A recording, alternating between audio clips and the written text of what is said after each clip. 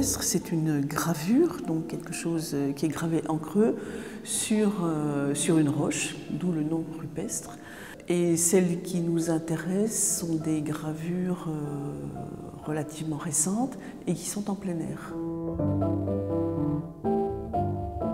En Savoie, on pense que les premières gravures, qui sont en fait des cupules, des petites cavités circulaires creusées dans les rochers, l'ont été avec les premiers agriculteurs, les premiers pasteurs, dans le courant d'une période qu'on appelle le néolithique. Et le début de ces cupules, graver des roches à cupules, on peut dire que c'est dans le courant du 4e millénaire avant Jésus-Christ, entre 4000 et 3000 ans avant Jésus-Christ. Les gravures figuratives et abstraites sont absolument concentrées dans la vallée de la Maurienne et particulièrement dans la haute vallée de la Maurienne. On ne connaît pas de représentation humaine ou d'animaux, ou alors c'est vraiment exceptionnel, ni dans le reste du département, ni dans la vallée de la Tarentaise, ni en Haute-Savoie. Par contre, il y a d'autres sites à gravure extrêmement importants, et d'ailleurs souvent bien connus du grand public, comme la vallée des Merveilles au nord de Nice, ou le Val Camonica en Italie. Et sachant aussi que pour peu qu'il y ait un support rocheux, dans le monde entier, il y a des sites à gravure rupestre. On a beaucoup de gravures abstraites, des spirales, spiraliformes, des méandres, etc., des labyrinthes, des représentations de pieds aussi, et puis des gravures de personnages ou d'animaux, du chien, les bouquetins essentiellement, des personnages très souvent armés. Ce qu'on peut dire, c'est qu'il n'y a pas de représentation de scènes de la vie quotidienne, donc certainement ces gravures ont une signification symbolique, mais on ne la connaît pas. On essaye de l'approcher par des tas d'études, d'analyses, mais on ne peut pas dire qu'on la connaisse. Ces gravures figuratives, on les retrouve essentiellement en Maurienne, très probablement par les contacts qu'entretenait cette vallée avec l'Italie et les civilisations italiques. Et apparemment, c'est une mode, en quelque sorte, qui ne s'est pas diffusée dans le reste du département.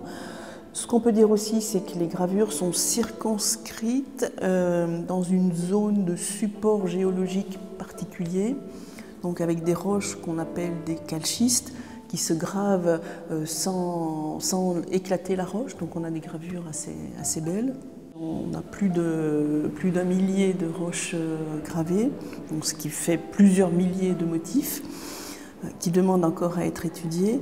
Et on ne connaît pas tout à l'heure actuelle. On peut dire presque chaque année, de nouvelles roches sont découvertes.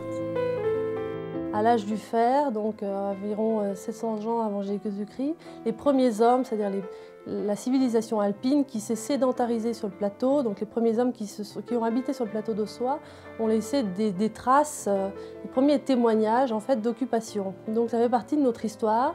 Et il fallait valoriser cette identité-là. Et notamment, il y a eu tout un travail de fait avec la population locale pour que les gens non seulement soient sensibilisés, connaissent, apprennent à reconnaître ces traces et s'approprient leur patrimoine. Puisque c'est vrai que l'archéologie, elle est difficilement accessible, méconnue, et c'était un petit peu aussi un défi pour la commune d'Aussois puis la conservation départementale du patrimoine. C'était un défi de sensibiliser le public à découvrir ces traces et pour inviter aussi les gens à mieux respecter ce patrimoine très fragile. C'est une richesse au niveau du tourisme parce qu'il y a des gens qui recherchent ce genre de choses, qui ont du mal à les trouver. J'ai l'impression qu'entre moi et ces hommes du néolithique, il y a un lien qui s'est tissé. Ils m'ont apporté beaucoup de choses, beaucoup, beaucoup. La patience, l'amour du travail qu'il devait y avoir, l'entraide aussi entre eux. Et ce sont des gens qui étaient certainement très, très, très proches de la nature.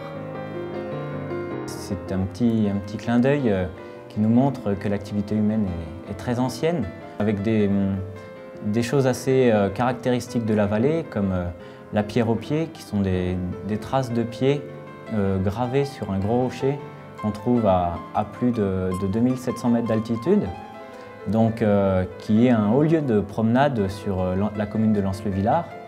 Et ça fait partie de l'identité de la commune et du parc à travers ce patrimoine.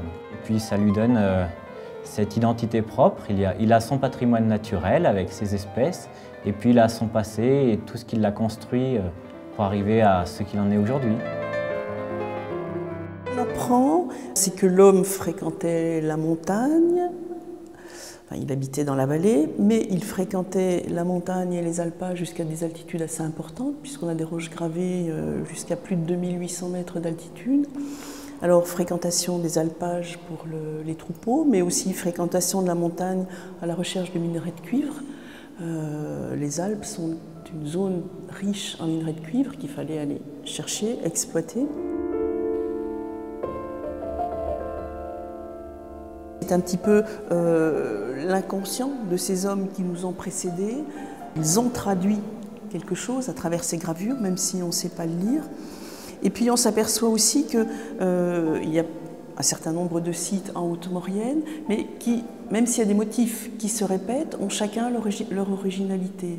Donc les sites semblent être liés à des communautés qui ont représenté, qui ont réalisé ces gravures.